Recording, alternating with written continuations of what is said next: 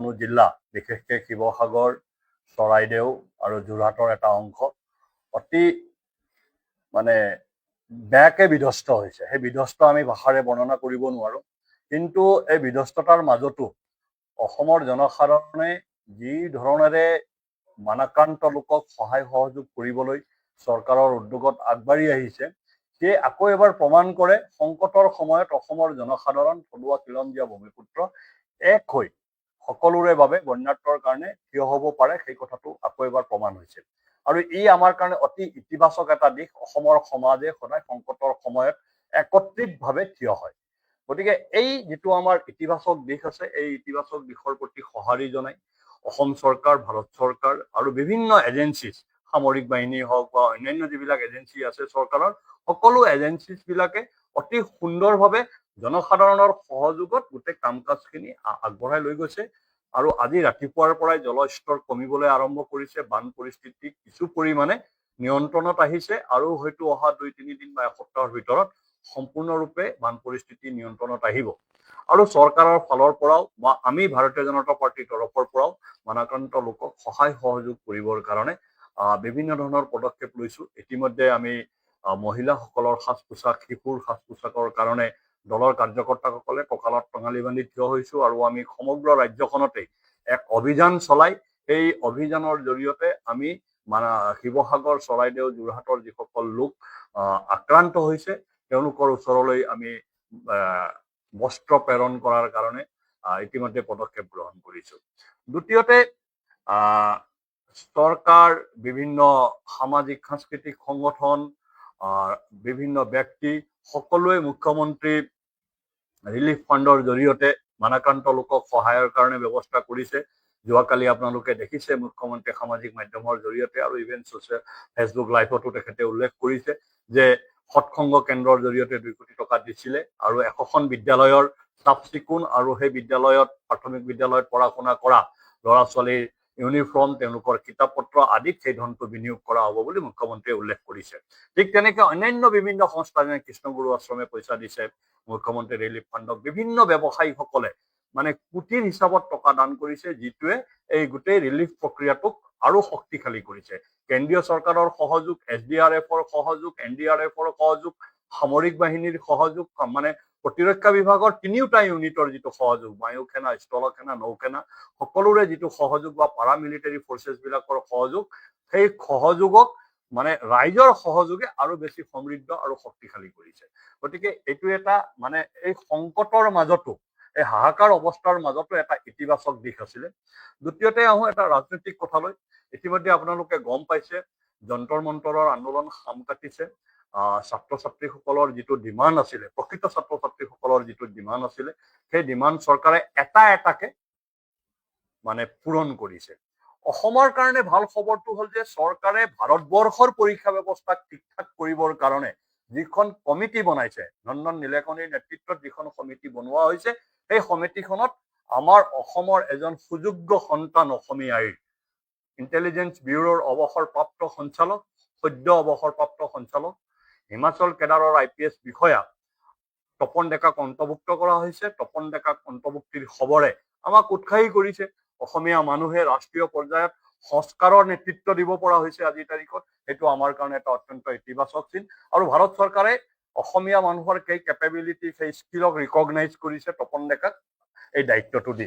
গতিকে আমি সন্মানীয় তপন ডেকাক সেই দায়িত্ব দিয়াৰ কাৰণে মাননীয় প্ৰধানমন্ত্ৰীক কৃতজ্ঞতা প্ৰকাশ কৰিছো। এজন অসম সন্তানৰ প্ৰতি তেখেতে আস্থা প্ৰকাশ কৰি এনেদৰে তেখেতক দায়িত্ব দিছে।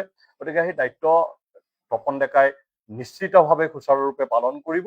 আৰু মাননীয় প্ৰধানমন্ত্ৰীয়ে যিটো আস্থা প্ৰকাশ কৰিছে অসমীয়া মানুহৰ প্ৰতি তপন ডেকাৰ জৰিয়তে, সেই আস্থা প্ৰকাশ কৰাৰ কাৰণে আমি তেখেতক ভাৰতীয় জনতা পাৰ্টিৰ তৰফৰ পৰা অশেষ ধন্যবাদ জ্ঞাপন কৰিছো। এই যিটো আন্দোলন আছিলে, ছাত্ৰ আন্দোলনটো আছিলে যে মেডিকেল শিক্ষা আৰু ইঞ্জিনিয়াৰিং শিক্ষা, এই শিক্ষাটোক জনমুখী আৰু একেবাৰে নিম্ন পৰ্যায়ৰ মানুহৰ ওচৰলৈ লৈ যাব লাগে। যিটো কাম নিট ব্যৱস্থাৰ জৰিয়তে ভাৰতীয় জনতা পাৰ্টিৰ চৰকাৰে আৰম্ভ কৰিছিলে। ইয়াৰ পূৰ্বে নিট অহাৰ পূৰ্বে কি আছিলে যে ষ্টেট গভৰ্ণমেণ্ট বিলাকে বা ষ্টেট মেডিকেল কলেজ বিলাকে নিজাববীয়াকে পৰীক্ষা পাতি বা নিজাববীয়াকে বাছনি কৰি ছাত্ৰ ছাত্ৰীসকলৰ এডমিশ্যন কৰাইছিলে।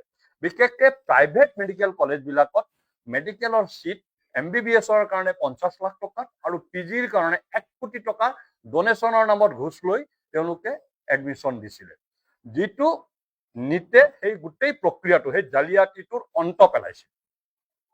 সেইকাৰণে আপোনালোকে লক্ষ্য কৰিব, ছাত্ৰসকলে যেতিয়াই চৰকাৰে সংস্কাৰৰ কাৰণে বলিষ্ঠ সিদ্ধান্ত ললে, ছাত্ৰই আন্দোলন স্থগিত কৰিলে। ছাত্ৰই কলে যে আমি সংস্কাৰৰ কাৰণে আন্দোলন কৰিছিলো, যিহেতু চৰকাৰ সংস্কাৰৰ কাৰণে সন্মত হৈছে, তেওঁলোকে আন্দোলন বন্ধ কৰি পেলাই নিজৰ ক্লাছৰুমলৈ ঘূৰি গৈছে। কিন্তু কংগ্ৰেছ দলে এতিয়াও হুলস্থুল কৰিবলৈ বাদ দিয়া নাই। এই কাৰণেই বাদ দিয়া নাই যে যিবিলাক প্ৰাইভেট মেডিকেল কলেজত ডোনেশ্যন লৈ পেলাই এডমিশ্যন দিয়া হৈছিল, সেই অধিকাংশ প্ৰাইভেট মেডিকেল কলেজৰ মালিক পক্ষৰ লগত কংগ্ৰেছ দল জড়িত আছে, কংগ্ৰেছৰ নেতা জড়িত আছে। বিশেষকৈ মহাৰাষ্ট্ৰ আৰু অন্ধ্ৰপ্ৰদেশৰ যিবিলাক মেডিকেল কলেজ আছে, তাত লাখ লাখ কোটি কোটি টকাৰ ডোনেশ্যন লৈ মেডিকেলৰ চিট, প্ৰাইভেট মেডিকেল কলেজৰ চিট একাংশ কংগ্ৰেছ নেতাই বিক্ৰী কৰিছিল কিছুমান কোচিং চেণ্টাৰৰ সহযোগত। সেই যিটো চিণ্ডিকেট আছিলে কংগ্ৰেছ আৰু কোচিং চেণ্টাৰৰ, সেই চিণ্ডিকেটটো নিতে অন্ত পেলাইছিল।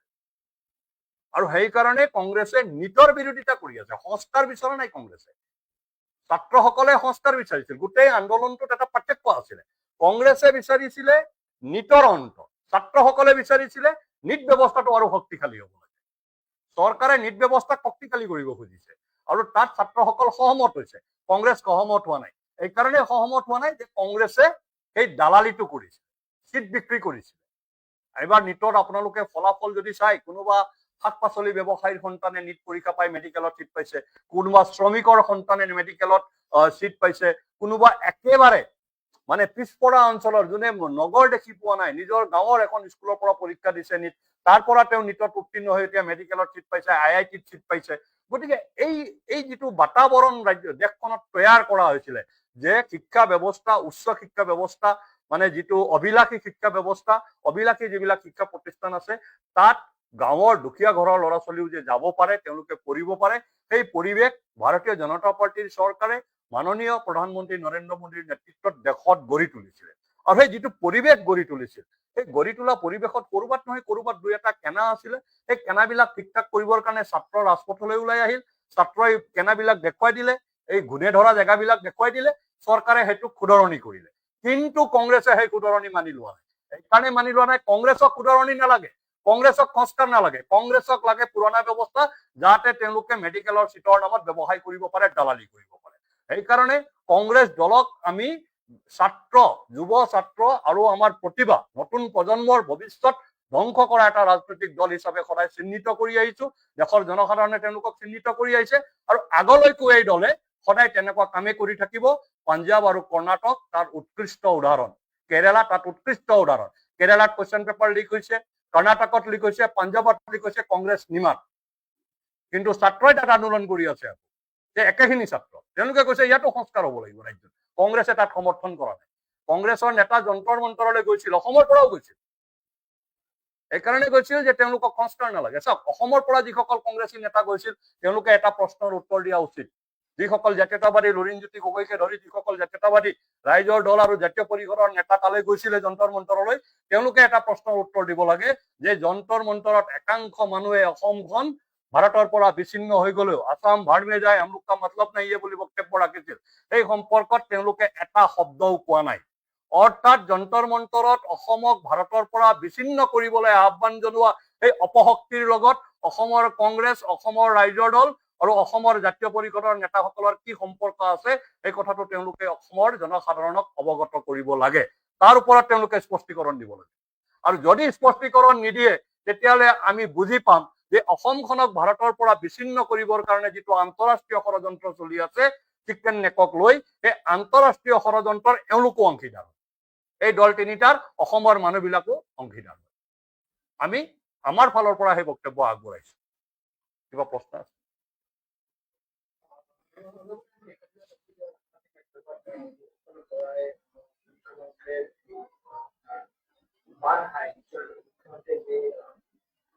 মানে চিফ মিনিষ্টাৰ ৰিলিফ ফাণ্ড যিটো,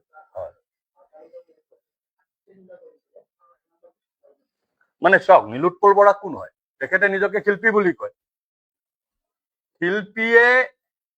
শিল্পী শব্দটোৰ অৰ্থ কি? সংস্কাৰ, সংস্কৃতি।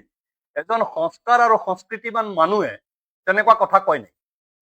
তেখেতে যিটো শব্দ ব্যৱহাৰ কৰিছে, এজন সংস্কাৰ থকা মানুহ আৰু এজন সংস্কৃতিবান মানুহে সেই শব্দটো ব্যৱহাৰ কৰিব নেকি?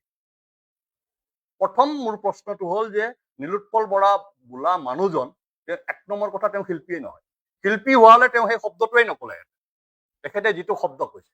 দ্বিতীয়তে, সেই শব্দটো কৈ তেওঁ অসমৰ হাজাৰ হাজাৰ মানুহ, যিসকল লোকে, যিসকল ৰোগীৰ পৰিয়ালে আৰ্থিক সাহায্য লাভ কৰিছে মুখ্যমন্ত্ৰী ৰিলিফ ফাণ্ডৰ পৰা, তেওঁলোকক অৱমাননা কৰিছে। এই হাজাৰ হাজাৰ পৰিয়ালক, অসমৰ যিবিলাক পৰিয়ালে আৰ্থিক সাহায্য লাভ কৰিছে, মই ডাটা দিছো আপোনালোকক। 2021 চনৰ জানুৱাৰীৰ পৰা 2024 চনৰ মাৰ্চ মাহলৈকে 330 কোটি টকা মুখ্যমন্ত্ৰী সাহায্য পুঁজিৰ পৰা বিতৰণ কৰা হৈছে।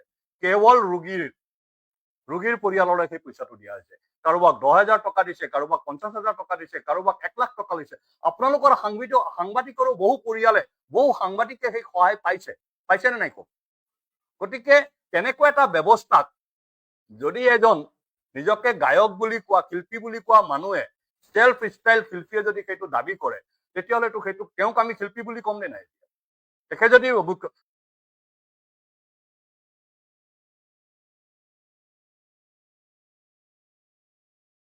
কৰা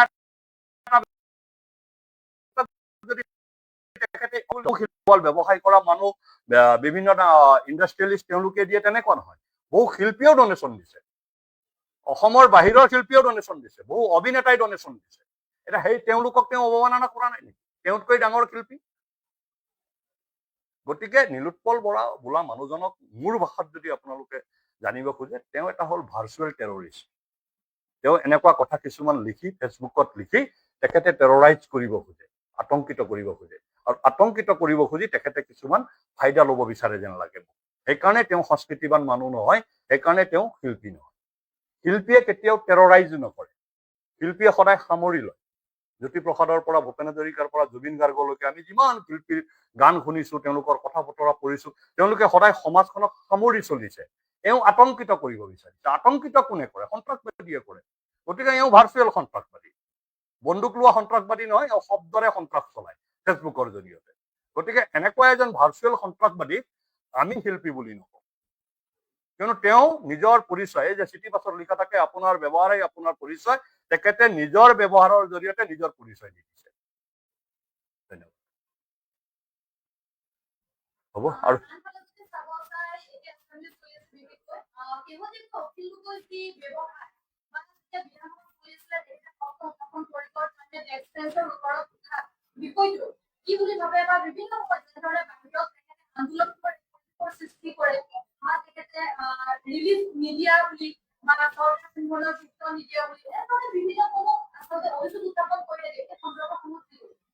ৰিলিফ নিদিয়া বুলি কোনে ক'ব লাগে? যিসকল লোক বানাক্ৰান্ত, যিসকল লোক শিবিৰত আছে, তেওঁলোকে কৈছে নেকি ৰিলিফ নাই পোৱা বুলি? ৰিলিফ নাই পোৱা বুলি অখিল গগৈয়ে কৈ আছে। আৰু অখিল গগৈয়ে কিয় কথা কয় এইটোতো চবেই জানে। যদি কথা নকয়, অখিল গগৈ যদি ডেস্কৰ ওপৰত নুঠে, কোন উঠিব? বান্দৰ উঠিব নেকি? এছেম্বলিত যদি অখিল গগৈ ডেস্কৰ ওপৰত নুঠে, কোন উঠিব তাত? 126 জনতো আৰু বেলেগ নাই, 125 জনতো সুস্থ মানুহ, এজনেইতো আছে উঠিব পৰা মানুহ। গতিকে তেওঁ উঠিছে, তাত নতুনত্ব কি আছে? অখিলে নিজে কৈছে, মই যিটো ষ্টেটমেণ্ট শুনিছো, আগতে মই চকীত ভৰি থুই পেলাই কথা কৈছিলো, এবাৰ চকীৰ ওপৰত উঠি গৈছো, মই অখিল গগৈ কাৰণে উঠিব পাৰিছো, তেওঁ নিজে কৈছে। গতিকে 125 জন সুস্থ মানুহ আছে, এজন মানুহৰ প্ৰব্লেম আছে, গতিকে তেওঁ উঠিছে, চিম্পুল কথা। মই নাভাবো যে এছেম্বলিত আৰু এই 125 জন উঠিব বুলি, এজনেই উঠিব, সেইজন অখিল গগৈ। আৰু অখিল গগৈ চাওক, এজন মানুহে আলোচনা বিচাৰিছে। এতিয়া আপুনি মোক প্ৰশ্ন কৰিছে, প্ৰশ্ন আপুনি বহি বহি ধুনীয়াকে কৰিছে, মই উত্তৰ দিছো। আপুনি যদি প্ৰশ্নটো কৰিবৰ কাৰণে ইয়াৰ ওপৰত আহি উঠি লয়, তেতিয়াহ'লে প্ৰব্লেমটো কাৰ? মোৰ নে আপোনাৰ? এটা প্ৰব্লেমটো স্পীকাৰৰ নে অখিল গগৈ? এছেম্বলিৰ ভিতৰুৱা কথাত মই কমেণ্ট কৰিব নালাগে, তথাপি মই সুধিছো যে গণতন্ত্ৰই কি কয়? আমি এটা সৰুতে এটা কাহিনী পঢ়িছিলো, এজি গাৰ্ডিনাৰ বুলি এজন ৰাছিয়ান ৰাইটাৰ আছে, on the rule of the road বুলি এটা গল্প আমি ক্লাছ 10ত পঢ়িছিলো। সেই গল্পটোৰ থিম আছিলে যে এগৰাকী শকত মহিলা ৰাস্তাৰ মাজেৰে খোজকাঢ়ি যায়, পিছফালে ট্ৰেফিক জাম হৈ গ'ল, এজনে আহি পেলাই ক'লে বাইদেউ আপুনি ৰাস্তাৰ মাজেৰে খোজ নাকাঢ়িব, ফুটপাতেদি খোজ কাঢ়ক। এতিয়া বাইদেউজনীয়ে কৈছে যে মোৰ অধিকাৰ আছে খোজ কঢ়াৰ, মই খোজ কাঢ়িছো। তেতিয়া পুলিচক খবৰ দিলে, পুলিচে আহি অধিকাৰটো দেখুৱাই দিলে। তেতিয়া তেওঁক উঠাই লৈ যাব লগা হ'ল ট্ৰেফিকটোক কণ্ট্ৰল কৰিবৰ কাৰণে। এই যে অখিল গগৈ সেই শকত মহিলাজনীৰ নিচিনা, অখিল গগৈৰ প্ৰব্লেমটো তাত, অখিল গগৈও সেই শকত মহিলাজনীৰ নিচিনা। সেইকাৰণে মই কৈছো 125জন ঠিক মানুহ আছে এছেম্বলিত, এজনৰ প্ৰব্লেম আছে, কেতিয়াবা ডেস্কত উঠিব, কেতিয়াবা খুটাত উঠিব, কেতিয়াবা ফেনত ধৰি ওলমিব। এইবিলাক কাম আমি যিটো জংঘলত বান্দৰে যিটো কৰি থাকে তেনেকুৱা ধৰণৰ এটা পৰিৱেশ 125জন মানুহে এছেম্বলিত দেখা পাই থাকিব সুন্দৰভাৱে। হয় বাইদেউ।